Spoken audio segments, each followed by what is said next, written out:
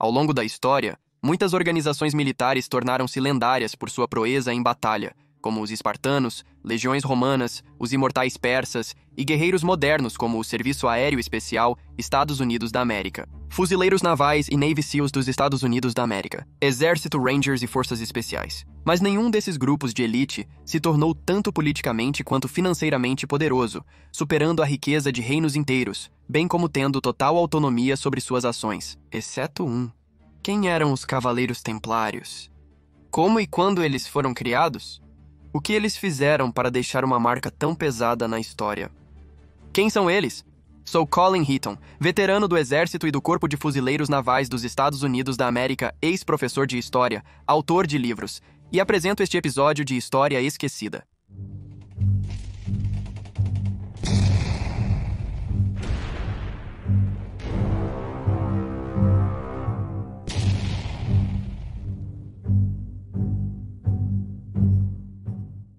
Os pobres companheiros soldados de Cristo e do Templo de Jerusalém, ou o Templo de Salomão, também conhecidos como Cavaleiros Templários, ou simplesmente Templários, começaram sua história como uma força de proteção, escoltando peregrinos europeus à Terra Santa após a Primeira Cruzada, mas suas responsabilidades e influência iriam crescer. Depois que as forças cristãs foram mobilizadas pelo Papa Urbano II em 1995, eles finalmente tomaram Jerusalém do controle muçulmano em 1099. Como resultado, grupos de peregrinos de todos os países e províncias da Europa Ocidental começaram a visitar a Terra Santa. Muitas dessas pessoas foram atacadas, roubadas e mortas enquanto atravessavam regiões disputadas em territórios controlados, tanto por cristãos quanto por muçulmanos durante sua peregrinação. Eles precisavam de segurança. Finalmente, em 1118, um cavaleiro francês chamado Hugh de Payne criou uma ordem militar, juntamente com 8 parentes e conhecidos, chamando-a de Pobres Cavaleiros de Cristo e do Templo de Salomão. E foi reconhecida no ano seguinte. De Payne então criou uma irmandade de lutadores. Na verdade, monges guerreiros que fizeram votos monásticos, que incluíam votos de castidade, estudo devoto, pobreza, e viviam em um ambiente clausurado, onde estabeleceram um rigoroso código de conduta. Em 1120, o rei Baldwin de Jerusalém, ou Baldwin II, entregou seu palácio a Dupin, que era a antiga mesquita de Aqsa, no monte do Templo de Jerusalém. Os templários estabeleceram isso como sua sede, estabelecendo sua linhagem, e se tornaram uma presença dominante na região. A ordem recebeu reconhecimento papal e uma carta em 1129 pelo abade Bernard de Clairvaux, que endossou os templários e escreveu o tratado intitulado Em Louvor da Nova Cavalaria, um texto que glorifica o estabelecimento e a missão dos Cavaleiros Templários, o que também aumentou sua popularidade. Como resultado, eles foram oficialmente reconhecidos como uma ordem religiosa pelo Papa Honório II no Concílio de Troyes, em janeiro de 1129, tornando-se a primeira ordem militar a ser criada. Os Templários foram inicialmente considerados uma ramificação dos Cistercienses. A ordem seria liderada por um grão-mestre nomeado que residia na sede em Jerusalém e depois em Acre a partir de 1191, e então em Chipre, após 1291, os grão-mestres eram auxiliados por outros altos funcionários, como o grande comandante e o marechal, juntamente com funcionários de menor escalão encarregados de ramos específicos das ordens, incluindo a gestão de propriedades e finanças. A Ordem dos Templários cresceu à medida que homens de muitos contextos, camponeses e nobres, que eram religiosamente devotos, mas também com um senso de aventura, se apressaram para se juntar, mas o processo de seleção era brutal, mesmo pelos padrões medievais. As regras para ingressar eram simples. Recrutas precisavam ser homens livres nascidos legitimamente, e se aspirassem à cavalaria, deveriam ter descendência cavaleiresca a partir do século XIII. Embora fosse muito raro, um homem casado poderia ingressar na ordem, desde que sua esposa concordasse e se ele tivesse um histórico aceitável. Frequentemente, recrutas eram esperados a fazer uma doação relevante à ordem, como uma taxa de entrada, seja em dinheiro ou transferência de propriedades. Uma coisa permaneceu constante: nenhum homem que tivesse dívidas poderia ingressar. Para os templários, prazeres mundanos não eram permitidos, como observar o celibato, não ter relações sexuais, bem como os passatempos noturnos habituais, como caça, falcoaria, usar roupas coloridas, incluindo cintos decorativos. Os templários usavam apenas um simples cinto de corda de lã para simbolizar sua castidade. O austero código de conduta também incluía não beijar mulheres nem mesmo suas mães ou outros parentes. Eles não tinham permissão para beber álcool em geral, embora para certos sacramentos e feriados observados fosse permitido. Os mestres locais podiam excepcionar. Eles eram proibidos de jogar ou falar palavrões. A oração era necessária várias vezes ao dia e era essencial para a vida cotidiana deles, com particular veneração pela Virgem Maria. Toda regra que um templário vivia era delineada na regra dos templários. Era aceita por cada membro quando ele jurava seu juramento e assinava seu compromisso. Os cavaleiros usavam capas brancas e os sargentos, mantos marrons ou pretos. No entanto, os templários mantinham barbas e cabelos curtos. Se qualquer uma dessas regulamentações fosse violada, então os membros eram punidos, seja com a retirada de privilégios até açoitamento, banimento e, em alguns casos, até mesmo prisão perpétua. A expulsão da ordem poderia ser imposta para um cavaleiro que perdesse sua espada ou seu cavalo por descuido, ou que virasse as costas para o inimigo. Basicamente, a situação financeira de um recruta era certamente uma consideração, e quando menores se juntavam à ordem a pedido de seus pais, geralmente vinham com um dote para pagar sua entrada. Em muitos casos, devido à prática generalizada de primogenitura, apenas o filho mais velho herdaria um título ou terra. Seus irmãos teriam que encontrar seu próprio caminho. Muitos fariam isso no clero, meninos para mosteiros, meninas para conventos. Como os templários eram principalmente renomados como uma ordem de combate, eles tinham vários departamentos não combatentes, como supervisores de terras, banqueiros, armeiros, gerentes de animais, construtores de navios, alfaiates, muitos empregos onde jovens homens com habilidades e ambição poderiam se destacar. Outros membros da ordem incluíam padres, artesãos, trabalhadores, servos e até mesmo algumas mulheres que eram membros de conventos afiliados. Havia duas patentes dentro da ordem, cavaleiros e sargentos, sendo que o último grupo incluía pessoal não militar e leigos. A maioria dos recrutas se juntaria ao segundo grupo e, durante sua história, o número de cavaleiros em toda a ordem era surpreendentemente pequeno, com apenas algumas centenas de cavaleiros irmãos em qualquer momento, às vezes subindo para 500 cavaleiros em tempos de guerra intensa. A maioria dos novos recrutas tinha cerca de 20 anos, apesar de às vezes haver recrutas mais velhos. Essas eram exceções raras, a maioria sendo nobres, mas um exemplo principal foi o lendário cavaleiro inglês Sir William Marshall, que se juntou à ordem pouco antes de sua morte, em 1219.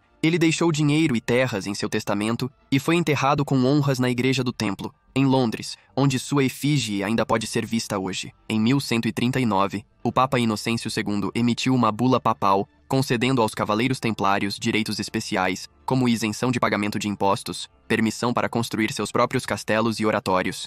E eles só eram responsáveis perante a esperança e o poder. Em 1145, os templários foram autorizados a usar o manto branco com capuz dos monges cistercienses, produzindo o seu próprio, bem como a sua armadura e armas. Sua 1-1-4-7-1-1-4-9-5-0-0-2-6-0-0-0 foi durante a Segunda Cruzada, que durou de 1147 a 1149, quando em 1147 os templários atacaram os muçulmanos durante a Batalha de Montgizar, onde 500 cavaleiros templários ajudaram vários milhares de infantaria cristã da coalizão a derrotar um exército muçulmano de mais de 26 mil soldados. Nos próximos 200 anos, os templários expandiram de deveres de escolta e serviço de proteção religiosa para se tornarem uma força de guarnição na Europa e no Oriente Médio. Durante a série de guerras conhecidas como Cruzadas, eles se tornaram lendários lutadores, ganhando o respeito tanto de seus companheiros guerreiros cristãos quanto de seus inimigos muçulmanos. Inicialmente, os templários viviam de doações de todas as classes sociais, geralmente sendo dinheiro, terras, cavalos, equipamentos militares, ferro bruto, metais preciosos, gemas e alimentos. Para entender a mentalidade medieval, muitos acreditavam que tal generosidade para com o clero ou os templários ajudaria a garantir a entrada no céu em sua vida após a morte. À medida que os templários se tornavam mais ricos, também investiam seu próprio dinheiro, comprando negócios e empreendimentos geradores de receita. A compra de propriedades para gerar receita incluía fazendas, vinícolas, moinhos, igrejas, municípios, pedreiras e até mesmo navios ou qualquer outra coisa que eles achassem que seria um bom investimento. Eles também adquiriram riqueza através da conquista, e suas guerras eram autorizadas pela Igreja, desde que estivessem a serviço adequado da fé. Atacar hereges, muçulmanos ou outros inimigos percebidos da Igreja era permitido. Cidades, castelos, terras, tudo se tornou parte dos templários, império financeiro. No entanto, os templários tinham despesas, pois armaduras, cavalos, pés e armas eram caros para fazer e manter, e apesar de suas muitas contribuições, eles ainda tinham que dar o dízimo. E embora não pagassem impostos à igreja sobre seus negócios, ainda havia impostos locais e custos operacionais em várias províncias. Desenvolvendo sua reputação como ferozes lutadores durante as cruzadas, eles frequentemente lideravam ataques quando ao lado de outras forças cristãs, pois eram movidos pelo fervor religioso e proibidos de recuar na batalha, a menos que fossem significativamente superados em número ou ordenados a realizar uma retirada tática. Os templários eram usados como tropas de choque, liderando ataques quando não estavam lidando com deveres de segurança de flanco. E muitos comandantes europeus, como Ricardo I da Inglaterra, muitas vezes os achavam difíceis de controlar, mas muito eficazes durante a 1189-901, como o cerco de Acre em 1189-91 contra as forças de Saladino, o sultão do Egito e da Síria. O grão-mestre templário Gerard de Hidefort, que era marechal do reino sob o rei Balduin V, que morreu logo depois em 1186, o rei Henrique II da Inglaterra, como parte de sua penitência pelo assassinato de Thomas Becket, enviou uma pequena fortuna para os templários em Jerusalém.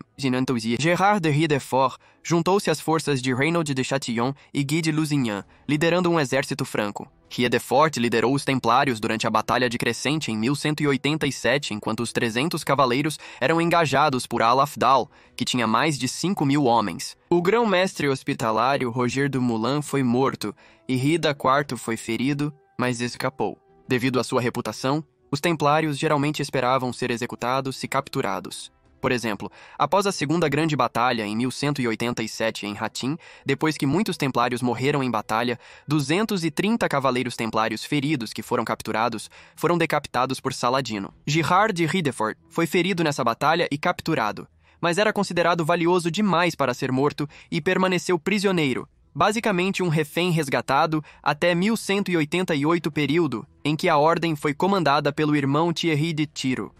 Hidefort foi oferecido a liberdade por Saladino se ele conseguisse convencer uma fortaleza templária a se render pacificamente e nenhum dano viria aos defensores.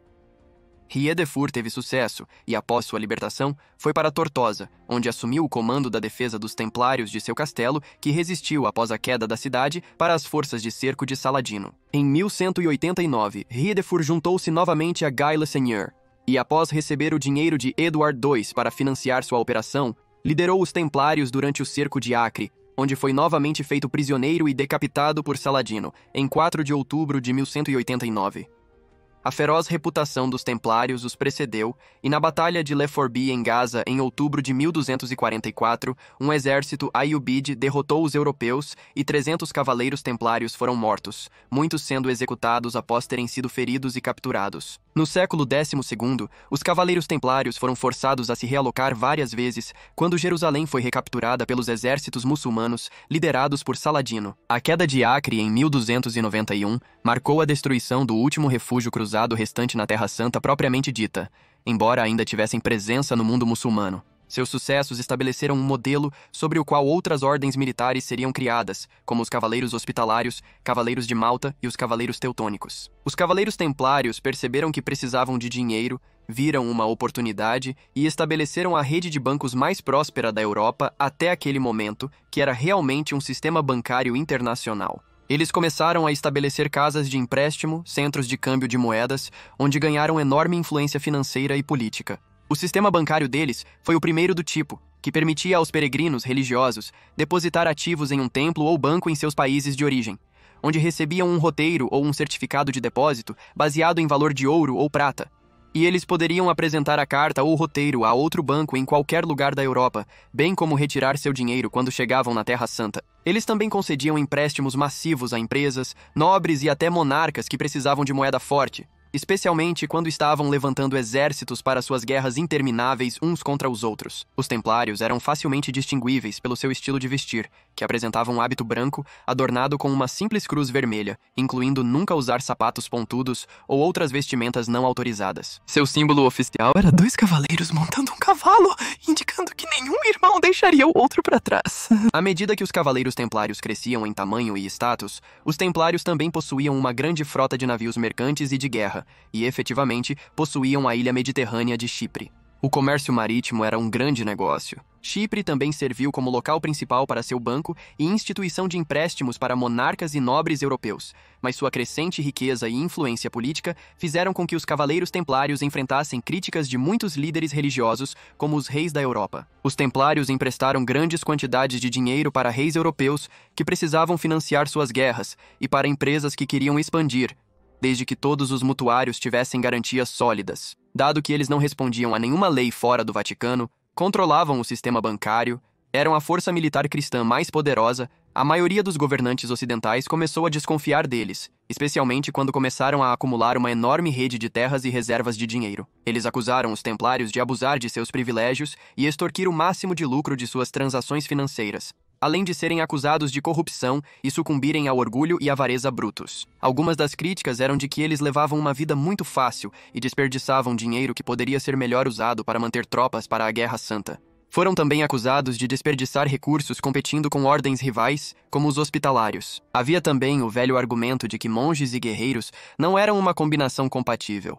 Eles foram acusados de não estarem interessados em converter muçulmanos, mas simplesmente em eliminá-los. Mas, para ser justo, a maioria dessas críticas eram infundadas e muitos líderes europeus que nunca serviram na Terra Santa eram basicamente ignorantes das situações que enfrentavam. Mas, basicamente, a maior parte de sua oposição veio daqueles que lhes deviam muito dinheiro e daqueles que estavam com ciúmes de seu poder e status. Em 1303, os Cavaleiros Templários perderam seu último ponto de apoio no mundo muçulmano e estabeleceram sua base de operações em Paris, onde o rei Filipe IV da França resolveu derrubar a ordem, talvez porque os Templários haviam negado a ele empréstimos adicionais. Filipe havia herdado as dívidas de seu pai e avô, que eram massivas devido às suas constantes guerras com a Inglaterra, e ele queria empréstimos adicionais, mas estava sem garantias. Então, em 1307, os templários foram acusados de negar Cristo como Deus, práticas homossexuais, beijos indecentes, adoração de ídolos e de profanar e negar a crucificação e a cruz. Rumores foram espalhados de que a cerimônia de iniciação nos templários envolvia pisotear, cuspir e urinar em um crucifixo. Filipe IV publicou essas acusações em público, fórum, e o clero regular se juntou à condenação, pois estavam com ciúmes dos direitos da ordem, como os de sepultamento, uma linha lateral potencialmente lucrativa para qualquer igreja local. Na sexta-feira, 13 de outubro de 1307, o rei Filipe IV da França ordenou a prisão de todos os templários na França, possivelmente devido a uma variedade de razões, como percebê-los como uma ameaça militar. Ele foi apoiado pelo Papa Clemente V, que Philip colocou em sua posição através de manobras políticas, então ele tinha um aliado poderoso. A razão mais racional para este ataque foi devido ao fato de que a França estava praticamente falida, e Philip, devendo tanto dinheiro, queria confiscar sua riqueza e ganhar poder e prestígio político sobre o papado. Não se sabe que Philip realmente acreditava nos rumores contra a ordem. Sob tortura brutal, Philip conseguiu extrair confissões de vários templários, incluindo o grão-mestre Jacques de Molay. Como resultado, o Papa Clemente ordenou a prisão de todos os templários na Europa Ocidental e a apreensão de seus bens. Os templários não conseguiram resistir, exceto em Aragão, onde alguns cavaleiros resistiram em seus castelos até 1308. O julgamento muito público dos templários em Paris, em 1310, viu 54 irmãos templários queimados na fogueira de uma só vez, enquanto outros morreram na prisão ou sob tortura. Finalmente, após ser forçado a testemunhar cada uma das mortes de seus cavaleiros, em 1314, Jacques de Molay e o preceptor da Normandia, Geoffrey de Charny, também foram queimados. O Conselho de Vienne de 1311 finalmente estabeleceu a destruição da ordem após as investigações realizadas durante os últimos 3 anos sobre os negócios dos templários em toda a Europa, bem como as confissões forçadas. O Papa Clemente oficialmente dissolveu a ordem em 3 de abril de 1312. Durante os julgamentos, não era permitido aos templários terem testemunhas de defesa. Não havia evidências reais para nenhuma das acusações, como registros, estátuas de ídolos, nem mesmo testemunhas não templárias para apoiar as acusações. Nada foi apresentado. Vários cavaleiros retrataram posteriormente suas confissões, alegando tortura, mas seus destinos estavam selados. A maioria dos ex-templários que escaparam e não foram acusados foram aposentados e proibidos de entrar em outras ordens militares. Muitas de suas terras foram passadas para os cavaleiros hospitalários por ordem do Papa em 2 de maio de 1312. No entanto, devido a esse fratricídio patrocinado pela Igreja, as outras ordens também caíram sob escrutínio. Mas como as cabeças coroadas da Europa não estavam endividadas com eles, incluindo o rei Philip, o fato de que os cavaleiros teutônicos, por exemplo, tinham proteção de seus próprios governantes poderosos, eles permaneceram ilesos. O rei Philip se beneficiou mais com a destruição dos templários. Ele saiu da dívida, tomou suas terras na França e ele pediu ao rei Edward II da Inglaterra para apreender a maior parte da riqueza dos cavaleiros templários naquele país, o que o rei Edward fez. No entanto, Edward não executaria os templários na Inglaterra, e muitos fugiram para a Escócia e Irlanda para sua segurança. Muitos rumores surgiram durante o período das purgações e muito tempo depois, como que os cavaleiros templários podem ter guardado secretamente o Santo Sudário de Turim por centenas de anos após o fim das Cruzadas, bem como protegido o Santo Graal e a Arca da Aliança, e partes da Cruz da Crucificação de Cristo e a lendária Lança do Destino. Os cavaleiros templários mudaram para sempre o cenário social e político da Europa, independentemente de suas crenças.